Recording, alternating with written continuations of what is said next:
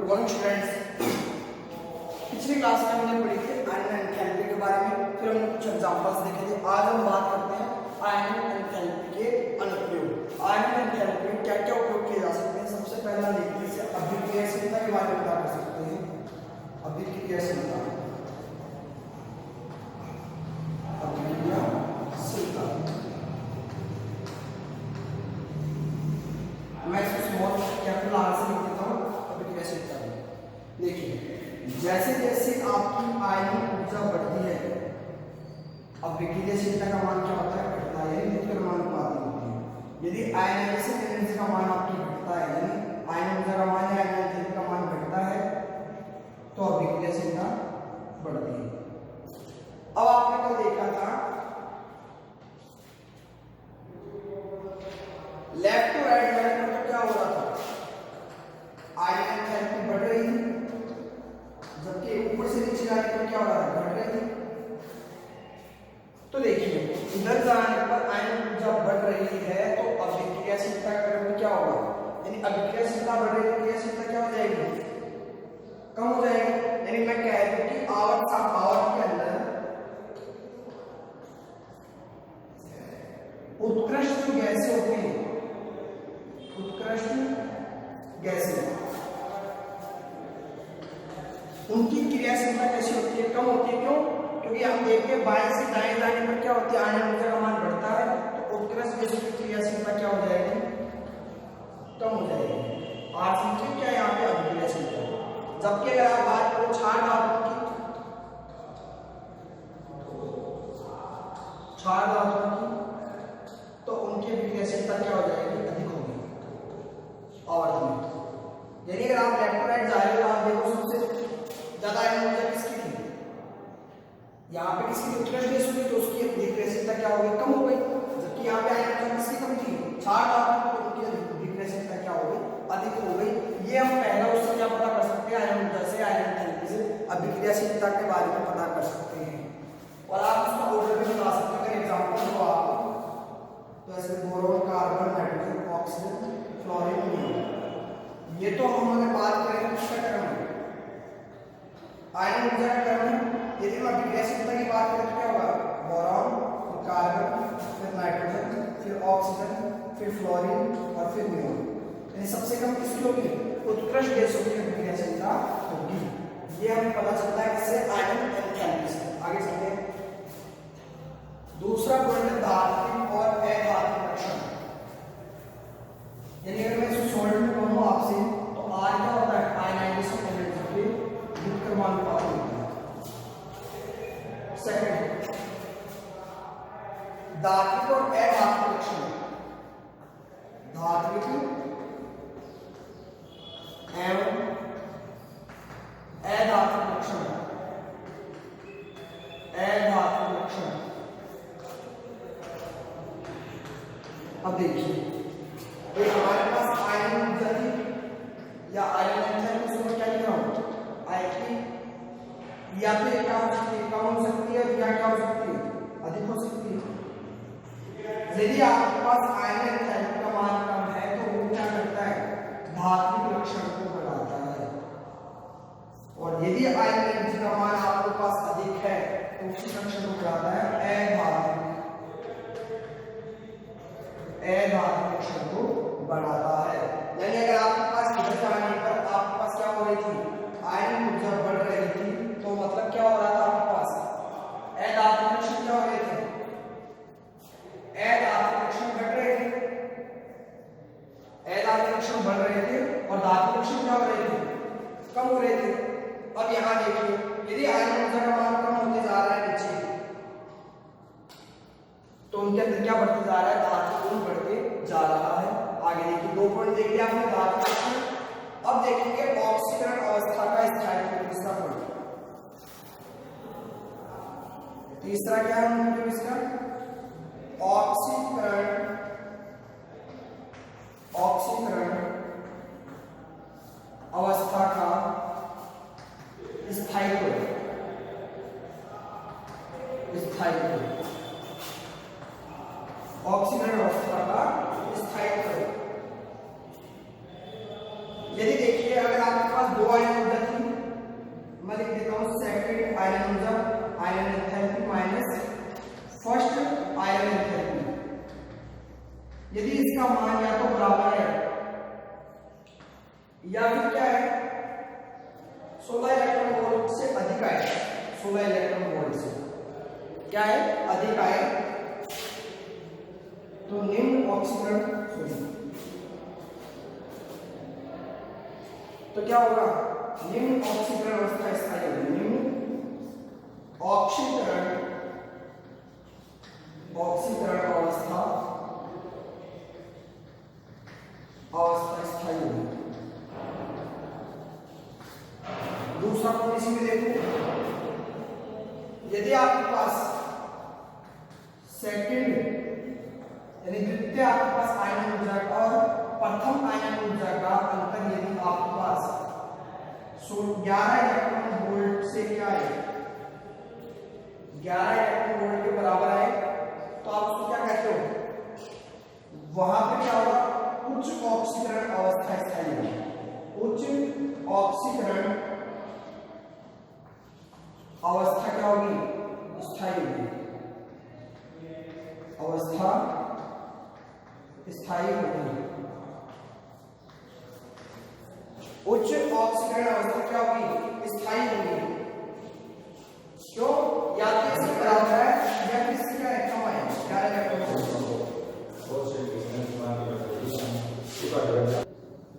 तो देखिए तीसरा अनुप्रयोग क्या था इसका ऑक्सीकरण अवस्था क्या है। यदि आपके पास द्वितीय आयन ऊर्जा और प्रथम आयन ऊर्जा का अंतर 16 इलेक्ट्रॉन वोल्ट से अधिक हो या बराबर हो तो निम्न ऑक्सीकरण अवस्था स्थायी होती है। यदि यही अंतर क्या हो 11 इलेक्ट्रॉन वोल्ट से कम हो या बराबर हो तो कुछ ऑक्सीकरण अवस्था क्या होती है। मैं एग्जांपल से आपको बताता हूं, जैसे सोडियम ले लीजिए आप, सोडियम के पास आप क्या करोगे एक इलेक्ट्रॉन बाहर निकालोगे Na+ बनेगा, फिर एक इलेक्ट्रॉन और निकालोगे क्या बनेगा Na+। इसी को आपने क्या कहा था, इसको जो एनर्जी देखते थे उसको आपने आयन ऊर्जा कहा था, आयन एंथैल्पी कहा था। पहले का मान जो होता है वो आता है इसमें 5.1 इलेक्ट्रॉन वोल्ट, दूसरी आयन ऊर्जा का जो मान आता है वो आता है यहाँ पे 47.5। तो आप देखिए जब आप इन दोनों का अंतर निकालते हैं तो क्या आएगा 47.5 माइनस 5.1 तो कितना आ जाएगा आपके पास 42.4 इलेक्ट्रॉन वोल्ट। तो आप देख रहे हो कि ये 16 इलेक्ट्रॉन वोल्ट से अधिक आ रहा है। अगर 16 इलेक्ट्रॉन से अधिक आता है तो निम्न ऑक्सीकरण अवस्था स्थायी होती है। अब हम देखते हैं कि Na+ बनती है, Na+2 बनती है, Na+1 ऑक्सीकरण अवस्था +2। हम निम्न हमेशा सोडियम पे +1 दिखाते हैं, क्यों? क्योंकि उसका मान 16 इलेक्ट्रॉन वोल्ट से अधिक आता है, कम आता है, तब निम्न ऑक्सीकरण अवस्था स्थायी होती है। तो यहाँ पे Na+ क्या होगा स्थायी होगा, ये कभी भी Na2+ नहीं बनाएगा क्योंकि इसका मान इलेक्ट्रॉन वोल्ट में क्या आता है 16 इलेक्ट्रॉन वोल्ट से अधिक आता है या बराबर आता है। दूसरा एग्जांपल देखिए आप मैग्नीशियम, दूसरा एग्जांपल देखिए मैग्नीशियम। इसकी प्रथम आयन ऊर्जा का तो आपके पास मान है फर्स्ट का, ये द्वितीय आयन ऊर्जा, सेकंड आयन ऊर्जा। पहले का मान आता है इसमें 7.6, दूसरे का 15 इलेक्ट्रॉन वोल्ट, 7.6 15 इलेक्ट्रॉन वोल्ट। जब आप क्या करते हो 15 में से क्या करोगे 7.6 माइनस करोगे तो कितना आएगा आपके पास 10 में 6 या 4 7.4। अब आप देखते हो ये जो वैल्यू आई इलेक्ट्रॉन वोल्ट में आपके पास ये 11 इलेक्ट्रॉन वोल्ट से कम है, तो इसका मतलब क्या होगा उच्च ऑक्सीकरण अवस्था स्थायी होगी। अब मैग्नीशियम आप जानते हो किस में ब्रेक होता है Mg+ में, एक इलेक्ट्रॉन निकलेगा, दूसरा इलेक्ट्रॉन निकलेगा तो किसमें जाएगा Mg+2। तभी आप हमेशा जो Mg+2 लिखते हो इसका मान क्या आता है 11 इलेक्ट्रॉन वोल्ट से कम आता है, तब हम कहते हैं इसकी जो हाई ऑक्सीकरण उच्च ऑक्सीकरण अवस्था वो क्या होती है स्थायी होती है। ये हमने एग्जांपल से समझ लिया। ये चौथा अनुप्रयोग देखो,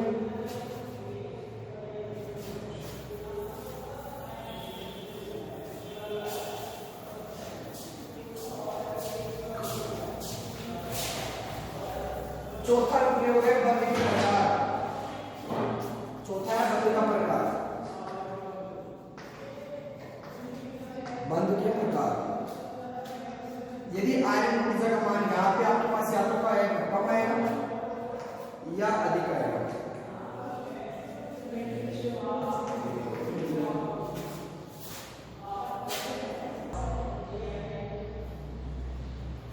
अब देखिए, यदि आपके पास आयनिक ऊर्जा का मान कम है, इसका मतलब क्या होता है, वो बहुत कम ऊर्जा देने पर ही वो आयनिक टूट जाते हैं। यदि आयनिक ऊर्जा का मान कम होगा तो यहाँ पे हमेशा कैसा बल बनेगा, आयनिक। क्या बनेगा, आयनिक। यदि आपके पास अधिक आयनिक ऊर्जा का मान, यानी तोड़ने के लिए आपको बहुत ज्यादा ऊर्जा देनी पड़ रही है, तो यहाँ पे कैसा बल होगा, सहसंयोजक। ये भी हमें किससे पता चलता है, आयनिक ऊर्जा से ही पता चलता है कि बंध का प्रकार आयनिक होगा या सहसंयोजक होगा। ये कौन बताता है हमें, आयन एंथैल्पी।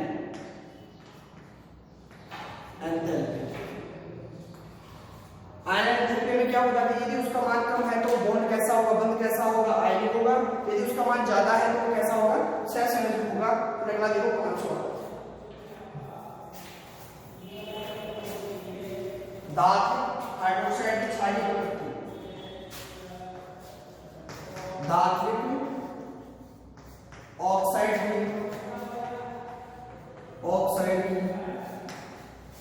क्षारीय प्रकृति।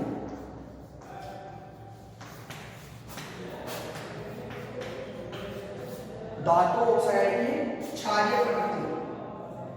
अब हमने प्रीवियस क्लास में पढ़ा था, यदि आयनिक ऊर्जा का मान क्या हो, कम हो, तो कैसे करैक्टर बढ़ते हैं, उसमें धातु के लक्षण बढ़ते हैं। और धातु के ऑक्साइड हमेशा कैसे होते हैं, क्षारीय प्रकृति के होते हैं। तो यहाँ पे क्या होगा, ये प्रबल क्षारीय होगी। कैसे होंगे, प्रबल क्षारीय। इसके जो ऑक्साइड होंगे, यदि आयनिक ऊर्जा किसी ऑक्साइड की कम है तो कैसे होते हैं, प्रबल क्षारीय होते हैं। यदि इसका मान क्या होता है, अधिक होता है, तो कैसे होते हैं, दुर्बल क्षारीय। बस ये आपको ध्यान रखना है। और मैंने बता दिया आपको, और साइड में अगर आप इस तरह चलते हो बाएं से दाएं, तो ये क्या होता है, आयनिक ऊर्जा का मान बढ़ता है और नीचे जाने पर क्या होता है, घटता है। और इसके अलावा मैंने ये भी बताया था, कुछ इसमें अपवाद थे, वो भी मैंने आपको बताया कि इसमें कैसे क्या क्या होता है। ठीक है, तो 5 मिनट पढ़ लिए हमने धातु ऑक्साइड की क्षारीय प्रकृति। अगला पॉइंट देखिए, अपचायक क्षमता।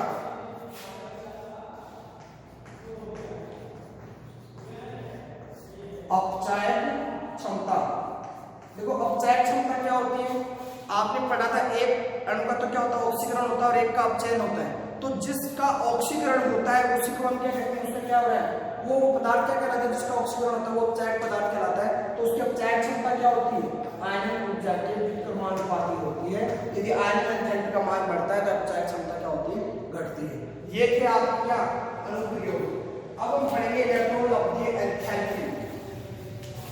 इलेक्ट्रॉन ऑफ द एंथैल्पी, यहाँ पे हमारा आयनिक एंथैल्पी कंप्लीट हो गई है। इलेक्ट्रॉन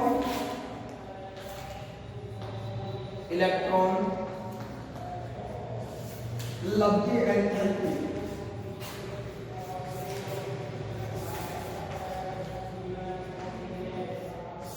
एंथैल्पी को किससे लिखते थे, डेल्टा एस से लिखते थे। और इलेक्ट्रॉन लब्धि को हम बोलते हैं इलेक्ट्रॉन गैन एंथैल्पी को ईजी लगा देते हैं। शॉर्ट फॉर्म में क्या लिखते हैं इसको, डेल्टा एच ईजी। समझो, देखो इलेक्ट्रॉन गैन एंथैल्पी क्या होती है। मान लीजिए आपके पास क्या था, नाभिक था, ये आपके पास क्या थी, कक्षा थी। अब कोई भी परमाणु होगा उसमें कक्षा की स्थिति अलग अलग होगी, 2 या 3 जो भी हो सकती है। बाहर से मान लीजिए कोई इलेक्ट्रॉन को ये क्या करे, अपनी तरफ आकर्षित करे, यानी इलेक्ट्रॉन को क्या करे, परमाणु अपने में जोड़े। उस दौरान या तो क्या होगा, ऊर्जा ऊपर होकर बाहर निकलेगी या फिर ऊर्जा क्या होगा, अवशोषित करेगा। इन 2 प्रकार की विक्रिया होगी, तो उसमें अवशोषित होगी या फिर उष्माक्षेपी होगी। उसी को हम क्या कहते हैं, इलेक्ट्रॉन लब्धि एंथैल्पी, यानी इलेक्ट्रॉन को जोड़ने वाली एंथैल्पी। ये क्या करता है, परमाणु अपने पास इलेक्ट्रॉन को खींचता है। जैसे मैं एग्जांपल से आपको समझाता हूं, देखिए ये आपके पास कोई भी गैसीय परमाणु है, इसको आप क्या दे रहे हो, इलेक्ट्रॉन दे रहे हो। ये इलेक्ट्रॉन लेके क्या करेगा, एक्स नेगेटिव में बदल जाएगा। किसमें बदल गया, ऋणात्मक में बदल गया। साथ में क्या लिखी इसमें, ऊर्जा। अब आप देख पा रहे हो जिस विक्रिया में ऊर्जा मुक्त होती है उसको हम क्या बोलते हैं, उष्माक्षेपी। क्या बोलते हैं, उष्माक्षेपी। भाई अब विक्रिया इलेक्ट्रॉन को जब बांधते हैं या तो क्या ऊर्जा अवशोषित होती है या क्या होती है, उत्सर्जित होती है। पहले विक्रिया पढ़ने ऊर्जा कैसी होती है, बाहर निकल रही, तो कैसी होती है, उष्माक्षेपी। इसका एक उदाहरण दे दो आप। मान लीजिए आपने क्लोरीन ले लिया, एक इलेक्ट्रॉन दिया उसको, तो क्या निकला आपका, Cl नेगेटिव बना आपके पास गैस। और साथ में क्या निकली ऊर्जा बाहर निकली। मैं मान लेता हूँ यहाँ पर क्या निकली ऊर्जा minus 328 kilo joule mole inverse, 328 kilo joule mole inverse. यानी आप इलेक्ट्रॉन अपडेट हेल्थ को किसमें माप रहे हो, किलो जूल, उसकी इकाई क्या हो जाएगी मोल इनवर्स में। तो आपको ध्यान में रखना है जब भी आप क्या करते हैं एक इलेक्ट्रॉन ग्रहण करके ऋणायन बनाते हैं तो ऊर्जा क्या होती है मुक्त होती है, और जो ऊर्जा मुक्त होती है वो कैसी होती है ऋणात्मक होती है। ऋणात्मक यहाँ पे नेगेटिव चिन्ह क्या करता है शो करता है कि ये बाहर निकल रही है ऊर्जा। तो मैं कह दूं डेल्टा एच इज क्या आ जाएगा मेरे पास minus 328 kilo joule mole inverse. ये तो हमने पढ़ी एक प्रकार की अभिक्रिया जिसमें क्या होता है उष्मा क्षेत्रीय अभिक्रिया होती है जो इलेक्ट्रॉन ग्रहण करने के बाद में क्या करता है ऊर्जा को उत्सर्जित करता है। अब हम दूसरी बात करेंगे,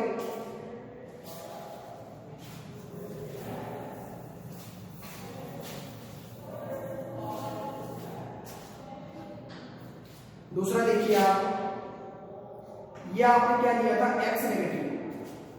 अभी आपने पढ़ा था एक्स नेगेटिव क्लोरीन जो होता है आप सभी जानते हैं 17वें ग्रुप में आता है। वो क्या करता है एक इलेक्ट्रॉन ग्रहण करके क्या करता है स्थायी इलेक्ट्रॉनिक विन्यास ग्रहण कर लेता है नोबल गैस या उत्कृष्ट गैस के समान। तो कैसा हो जाता है स्थायी हो जाता है। अब यहाँ देखिए आप ये गैस आपने ली, ये एक इलेक्ट्रॉन ग्रहण करेगा तो क्या बनाएंगे आप x negative negative minus plus क्या निकल जाएगा यहाँ पे ऊर्जा।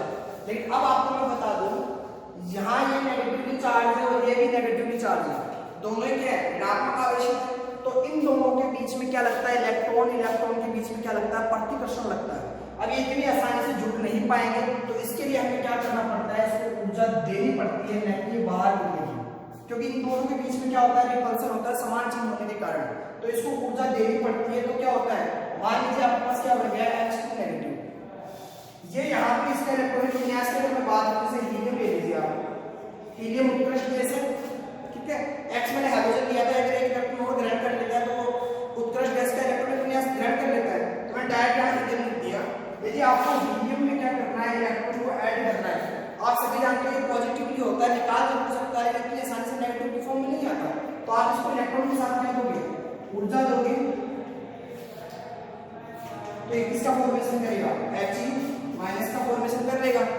ये बहुत ही रेयर केस में होता है, क्यों क्योंकि इसको ऊर्जा देनी पड़ रही है वरना ये क्या नहीं करता है इसको, तो ये स्थायी है क्यों क्योंकि इसमें उत्कृष्ट गैस का विन्यास है और हमें पता है कि आउटसाइड उत्कृष्ट गैस जो होती है वो कैसी होती है स्थायी होती है। उसको इलेक्ट्रॉन अगर आपको देना है उसको न्यूट्रॉन में कन्वर्ट करना है तो उसको आपको क्या देनी पड़ेगी ऊर्जा देनी पड़ेगी। यानी ये अभिक्रिया जो कैसी होती है उष्मा शोषी अभिक्रिया होती है। और ये ऐसा क्यों होता है यहाँ पर एक जो हीलियम आपको निम्न ऊर्जा स्तर से किधर चला जाता है उच्च ऊर्जा स्तर में चला जाता है, तब वो क्या करता है एनर्जी को ग्रहण करता है इलेक्ट्रॉन को लेता है। मैंने बताया था जब निम्न स्तर से उच्च स्तर में जाते हैं तो ऊर्जा क्या करता है अवशोषित करते हैं तो वो कहाँ चला जाता है ऊपर वाली कक्षा में चला जाता है। तो इसको हम कहते हैं उष्मा शोषी अभिक्रिया। यानी इस दौरान जो एनर्जी मिलती है उसको कहते हैं इलेक्ट्रॉन अपचयन थेरेपी। तो इसका मान क्या आ जाएगा डेल्टा एच ईजी क्या आ जाएगा 48 किलो जूल मोल यूनिट। ये आपको क्या निकाल लिया इलेक्ट्रॉन अपचयन थेरेपी निकाल ली। अब देखिए यहाँ पर हम इलेक्ट्रॉनिक विन्यास की बात की, यहाँ क्या था 1s2 हीलियम कितनी पे आता है हाइड्रोजन हीलियम 2 पे आता है तो आपने क्या कर दिया 1s2। अब जैसे इसने एक इलेक्ट्रॉन ग्रहण कर लिया तो क्या आ गया 1s2 2s1। अब आप देख पा रहे हैं पूर्णतः भरा हुआ कक्षक है, जबकि ये कैसा है इसमें अलग कक्षक आ गया हाफ फुल हो गया 2s1। अगर इसमें एक और 2s2 इसकी तुलना में ये कैसा होता है स्थायी होता है। तो ये क्या करता है इलेक्ट्रॉन ग्रहण कर लेता है। अभी हमने पहले वाला एग्जांपल देखा था क्लोरीन, उसमें क्या होता है 1s2 2s2 2p6 3s2 10 12 और फिर 3p5 यही होता है।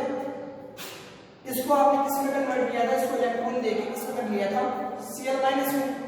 तो आपके पास क्या आ गया 3s2 से किस में कन्वर्ट हो गया था 3p6 में, यानी क्या आ गया 3s2 3p6।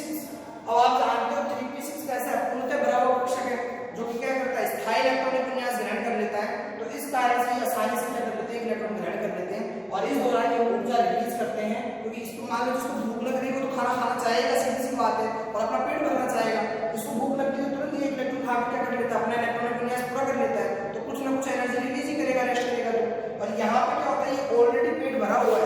अब इसको अगर आप खाना खिलाना चाहते हो तो आपको जबरदस्ती करनी पड़ेगी, जबरदस्ती करनी पड़ेगी तो आपको क्या करना पड़ेगा, ऊर्जा देनी पड़ेगी, इसको ताकत लगानी पड़ेगी, तब जाके खाना खाएगा। तो यहाँ पे क्या होता है, उष्मा शोषित क्रिया होती है, यहाँ क्या होता है, उष्मा क्षेपीय क्रिया होती है। और ये क्यों होता है, क्योंकि ये क्या करना चाहता है, स्थायी इलेक्ट्रॉनिक विन्यास ग्रहण करना चाहता है, जबकि यहाँ पे क्या होता है, इसके पास ऑलरेडी स्थायी इलेक्ट्रॉनिक विन्यास होता है। यहाँ पे रीजन ये होता है कि निम्न स्तर से कहाँ जाना चाहता है, उच्च क्वांटम स्तर में जाना चाहता है, जिसकी वजह से क्या करता है, He- में कन्वर्ट हो जाता है। और इस दौरान जो ऊर्जा अवशोषित या उत्सर्जित होती है उसी को हम क्या कहते हैं, इलेक्ट्रॉन लब्धि एंथैल्पी, और इसको शॉर्ट में हम क्या लिखते हैं, डेल्टा H-E-G। और देखिए आप आगे,